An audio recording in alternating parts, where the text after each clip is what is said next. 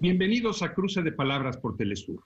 Soy Luis Hernández Navarro y hoy se encuentra con nosotros el doctor Francisco López Bárcenas. Francisco es doctor en Desarrollo Rural, abogado, mixteco, nusabi, autor de más de una treintena de libros sobre la cuestión indígena, sobre el desarrollo rural y sobre tantas cosas más, ¿verdad, Francisco? No, hombre, pues ahí vamos poco a poco, diciendo un poco lo que hay que decir, ¿no? Así es, uno de los más importantes intelectuales indígenas y no indígenas del México contemporáneo. Francisco, estamos en plena pandemia. ¿Cómo han enfrentado los pueblos indígenas en México esa pandemia?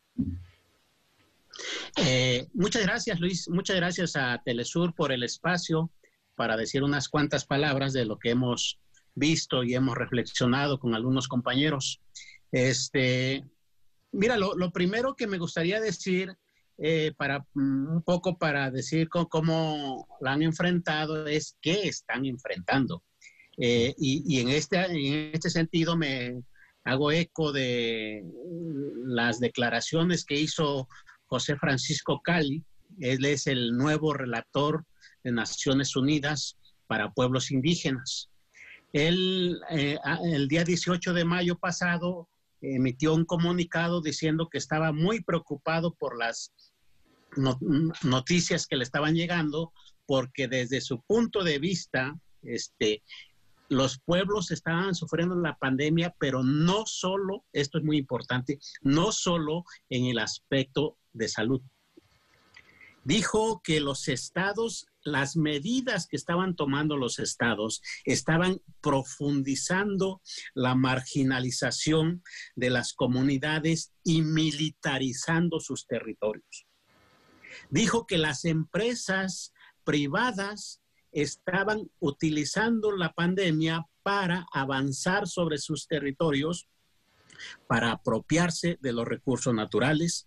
Y finalmente dijo, la mejor forma de enfrentar la pandemia es reconociendo la autonomía y los autogobiernos de los pueblos. Me parece muy importante esto y me parece prácticamente un retrato de lo que está pasando en nuestro país. O sea, no es solamente una reflexión general, sino que tiene aterrizaje. No, tiene muchísimo aterrizaje. Entiendo que lo tiene mucho más en el sur que en nuestro país, en el centro del continente, pero parece un retrato de nuestro país. En materia de salud, ya se ha dicho mucho, no tenemos en las regiones indígenas ni siquiera hospitales. En el aspecto de la marginalización ya se ha visto que ha habido problemas de rescate de la pequeña, la mediana industria, pero a pueblos indígenas nada. En materia de militarización, ya sabemos, ya hay un decreto de que sean los militares, en lugar de la Guardia Nacional, los que se aboquen, este ha sido el discurso oficial, a la seguridad nacional, a la seguridad social. En materia de territorio ya hemos visto como el Tren Maya, como el tren transísmico, cómo se ha declarado incluso la minería como asunto esencial. A mí me parecería, y lo he comentado con algunos compañeros indígenas, que lo esencial ahorita es la salud y la comida, ¿no? Pero el gobierno ha dicho que es la minería. Y bueno, lo que preguntas tiene que ver mucho finalmente con la propuesta del relator, porque justamente los pueblos han respondido como han podido. Yo he dicho, bueno, muchos de ellos tomaron medidas de encerrarse, de encapsularse. Eso lo hacen los pueblos siempre que hay peligro. ¿Te parece que vamos un pasito para atrás y ahorita volvemos a ese proceso sí, claro, de encapsulamiento? A ver, cuando hablamos de pueblos indígenas en México, estamos hablando de pueblos que viven en sus territorios originales, ancestrales. Estamos hablando de también pueblos que viven en las grandes urbes. Así es. Estamos hablando de pueblos que viven en los grandes campos agrícolas del noreste del país, prácticamente como jornaleros. Así es. Por supuesto, en Estados Unidos. Así es. ¿Qué magnitud de la población estamos hablando? Francisco? Bueno, estamos hablando en números redondos, estamos hablando que en México hay 68 pueblos indígenas. Somos más o menos 15 millones de personas. En más o menos el 60% de esta población se encuentra todavía en los territorios originarios y el 40% ha migrado hacia las grandes ciudades, como tú bien dices, hacia el extranjero, sobre todo a los Estados Unidos, a Europa también, aunque en menor medida. Y muchas de las razones por las que han emigrado son económicas, pero muchas también son efecto de las políticas neoliberales de extractivismo, los desplazados por construcción de obra pública, represas, son muchísimos. Y los desplazados por la violencia también son muchísimos, ¿no? Entonces estamos hablando de esto y tenemos ciudades como en el norte del país, Monterrey, Coahuila, que históricamente no tenían una población significativa, ahora se han vuelto muy importantes. En la frontera, Chihuahua, donde están las maquiladoras que también acaban de declarar como actividad esencial, pues también ahí están los pueblos indígenas. Y tú dices hace un momento que muchos de estos pueblos en sus territorios originales se replegaron, cerraron caminos, se encerraron. Y dices una cosa muy interesante, esto ha sido una reacción histórica. Histórica. Si uno ve las guerras de independencia, por ejemplo, los pueblos se encerraban. Si uno ve... directamente. Sí, es como una actitud, creo, defensiva, pero también del control territorial.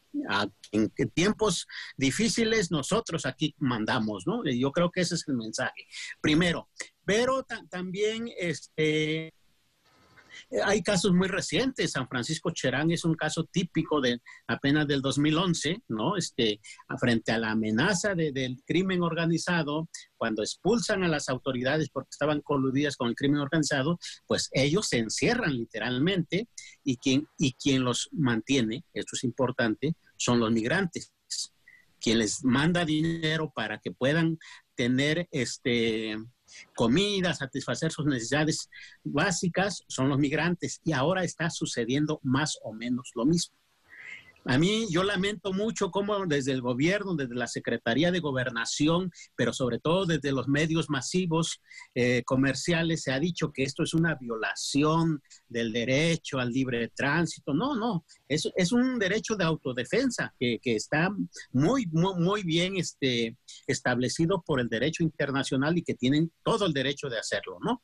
Yo creo que lo que hay que ver aquí es que algunos pueblos, los más organizados, los que tienen atrás de ellos un equipo de sus propios miembros que han ido a estudiar afuera y han podido hacer planes, lo han hecho muy bien.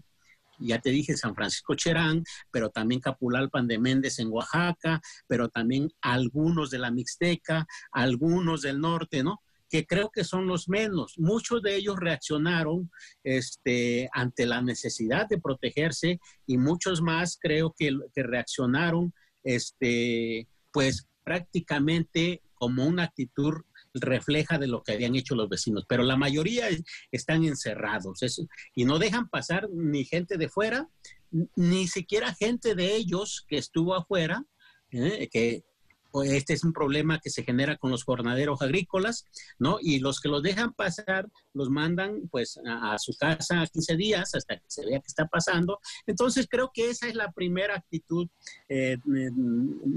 defensiva, podría decir, de los pueblos, ¿no? ¿Cómo resuelven el problema de la alimentación, Francisco? Pues estamos hablando ya de casi 3 meses. Ya están teniendo muchos problemas.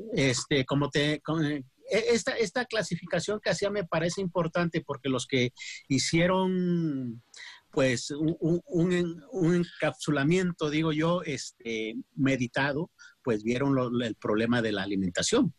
O sea, vieron el problema de la alimentación, vieron el asunto del agua, vieron el asunto del trabajo incluso, ¿no? Esos no están teniendo problemas, pero los que lo hicieron como una manera desesperada no previeron mucho de estas cosas y ya están comenzando a salir. En los pueblos no se para la actividad, Luis. En los pueblos, aunque no dejen entrar ni salir, ellos siguen trabajando. Ellos se siguen moviendo. Ellos no están con eso de quédate en casa porque no tienen un ingreso diario que se lo permita. Esa es una medida de privilegio para los que somos burócratas, tenemos un salario. Eso es posible, pero los pueblos tienen que salir. Diario hay mercado, diario van al campo, diario van a ordeñar las vacas. Diario. Esa es una actividad que ven. Lo que cuidan es no juntarse. No juntarse. ¿Te parece, Francisco, si vamos a hacer una pequeña pausa y volvemos en muy breves instantes? Con mucho gusto, Luis. No se vayan. Volvemos.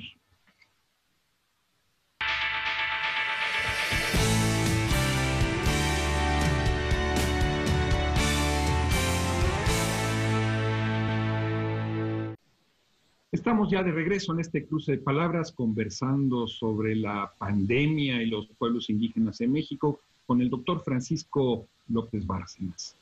Él es integrante del pueblo Nuusabi, mixteco, tal y como se conoce más comúnmente en México, y un gran conocedor de la problemática de los pueblos originarios. Francisco, un poco nos hablabas, abuelo de pájaro, de la situación que están viviendo los pueblos originarios en sus territorios. Pero en las grandes ciudades son muchos de ellos pobres urbanos, sí, también desprovisto de carencia, sí, muchos dedicados al comercio formal o informal. ¿Tienes una idea de cómo les ha pegado la enfermedad y qué están haciendo para responder a eso? Sí, bueno, tengo una idea de lo que me han comentado algunos conocidos, por ejemplo, de Ciudad Juárez, que en la frontera norte con Estados Unidos, o de la misma capital del país, en la Ciudad de México, y otros lugares. Es muy lamentable, primero, porque se les ha invisibilizado como indígenas, primero. También porque no se está haciendo un recuento minucioso de lo que está pasando. En el Estado de México, que es una zona conurbada al Distrito Federal, que es muy abundante la población migrante que existe, pues me están diciendo que hay incluso familias enteras que han muerto de coronavirus. Familias enteras. Familias enteras que han muerto de esto, y no se reportan como tales, ¿no? Entonces, tenemos ahí un problema, yo creo, en varios sentidos. Primero, muchos de ellos trabajaban, tenían un ingreso, lo repartían entre su familia que estaba con ellos y otro lo mandaban a la comunidad para alimentar a otros, apoyar a otros miembros de la familia que quedaron allá. Eso ya se acabó. No hay trabajo, no hay ingreso, no hay entonces dinero ni para la familia ni para los que quedaron allá. Algunos de ellos comenzaron a regresar a los pueblos y muchos, la verdad es que son pocos los que no pudieron entrar. Muchos sí entraron, han entrado a sus comunidades, pero tienen el problema ahora de en qué se ocupan. O sea, hay un doble problema, no hay ingreso, pero tampoco hay trabajo para que se puedan solventar las necesidades. Un problema de ingreso grave. Gravísimo, ¿no? Y el caso de los jornaleros que laboran en los grandes campos agrícolas del noreste mexicano, produciendo vegetales, muchos de ellos de exportación hacia Estados Unidos. La mayoría de exportación a Estados Unidos, ¿no? Ahí tenemos un gran problema también con un poco como lo mencionaba para los urbanos, pero aquí más agravado por una razón muy simple.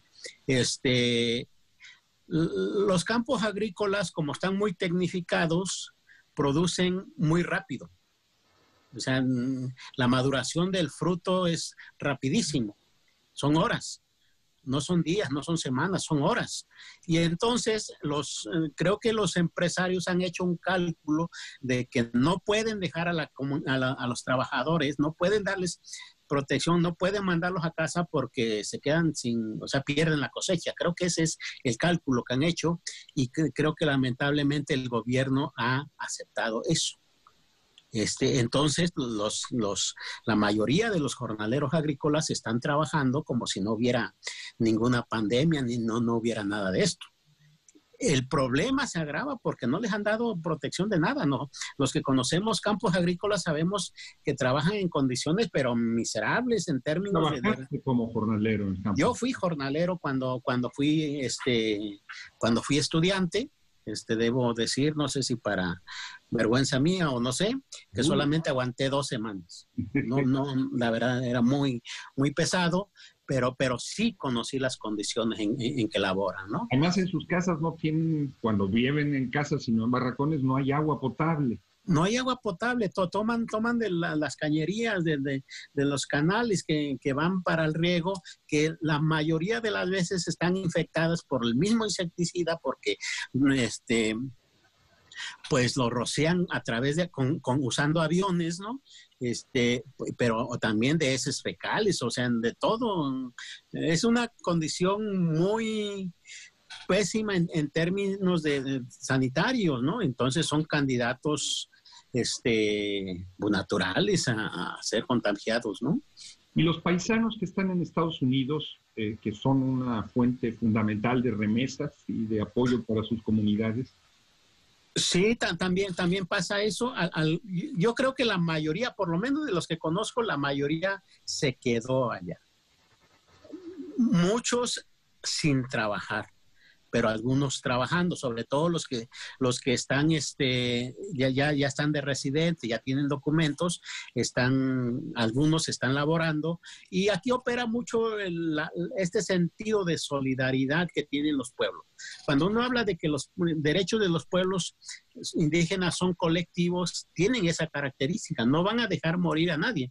Entonces, ahí en algunos casos muchos han ido a vivir con los parientes, con los vecinos. No sé, ahí están pues satisfaciendo sus necesidades fundamentales. El problema creo que lo están solventando ahorita, pero si tomamos en cuenta que esto no va a resolverse en cortísimo plazo, pues también tenemos ahí un problema de qué van a hacer ahora que necesiten trabajar, ¿no? Necesitan tener ingresos. Cuando comenzamos esta plática, Francisco, hablabas tú del posicionamiento del relator. Sí. Y terminaba su posicionamiento hablando de la importancia de la autonomía de los pueblos para enfrentar el COVID-19. ¿Cómo explicarse esta situación? ¿Por qué la autonomía está relacionada con la posibilidad de enfrentar la enfermedad?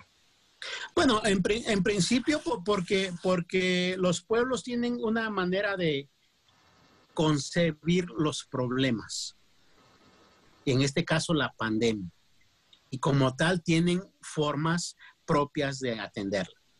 Te diré una cosa, el sentido de enfermedad que tienen en los pueblos no es el mismo que se tiene en el gobierno o en la sociedad mestiza, por ejemplo. ¿Cuál sería la diferencia? ¿Cómo explicarlo? Hay muchísimas, pero una de ellas puede ser que enfermedad esté ligada a un problema de creencia y de organización social. Quiero decir, ¿por qué nos enfermamos? Porque nos portamos mal. Nos portamos mal socialmente puede tener muchas explicaciones. Una de ellas puede ser religiosa. Dios nos está castigando.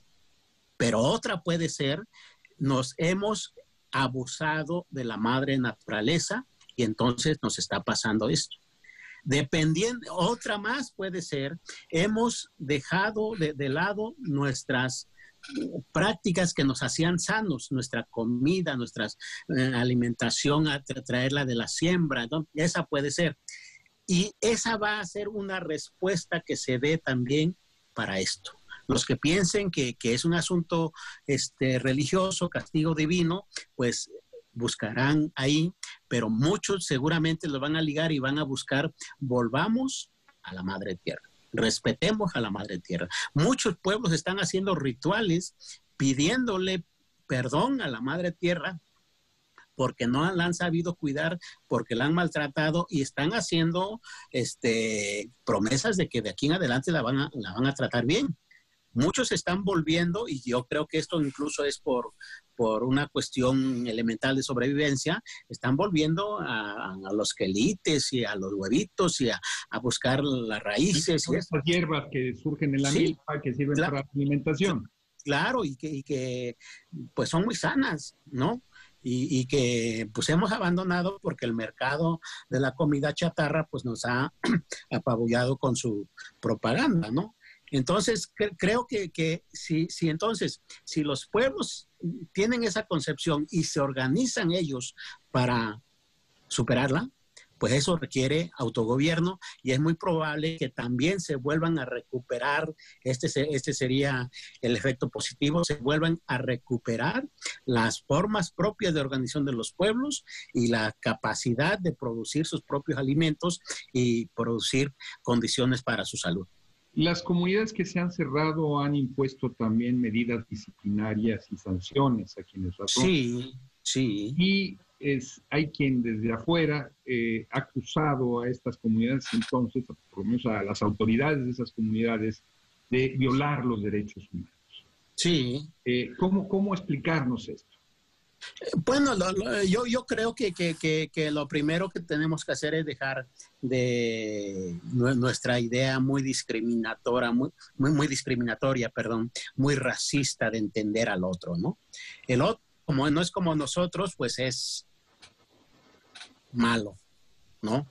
Yo creo que tenemos que voltear a verlos de otra manera, como son, no como queremos verlo. Porque mucho de eso, fíjate, mucho de lo que han hecho los pueblos, yo creo que si lo hubieran hecho las colonias, los barrios, hubieran evitado muchísimos problemas de los que está viendo en las grandes ciudades. Muchos de los problemas de alimentación, si se hubieran visto como se están viendo en algunos pueblos, pues tampoco tuviéramos grandes problemas en el sentido de no tengo nada que comer, sino cómo volteamos, yo lo que estoy diciendo es cómo volteamos a ver a los pueblos para aprender de ellos de la solidaridad que pone en el centro al ser humano y no a la mercancía, ¿no? Yo creo que esa es la gran enseñanza que podemos sacar de esto. Los pueblos indígenas de México han sufrido una embestida brutal en contra de sus territorios y de sus recursos naturales. ¿La pandemia estableció una tregua en esa disputa o no siguió hacia adelante? Sí, no, siguió hacia adelante, incluso yo creo que están utilizando desde el gobierno y desde las empresas están usando la pandemia para avanzar, porque hay varias cosas que hay que decir. Una de ellas es que los tribunales suspendieron sus términos procedimentales. Entonces, si uno va a un tribunal a presentar una demanda, ya le pasó a los compañeros de Campeche, ya le pasó a los compañeros de Yucatán, que fueron a presentar amparos contra el inicio de las obras del Tren Maya y pues no les recibieron los amparos. Literalmente están prácticamente, técnicamente no, pero prácticamente sí, en una suspensión de garantías. Y esto, claro, lo están usando las empresas. Si uno toma en cuenta que desde la Presidencia de la República se ha declarado la actividad minera como una actividad esencial en esta pandemia, lo que dice es que las mineras van a seguir trabajando y es muy probable que vayan a ampliar sus proyectos utilizando esta situación, ¿no?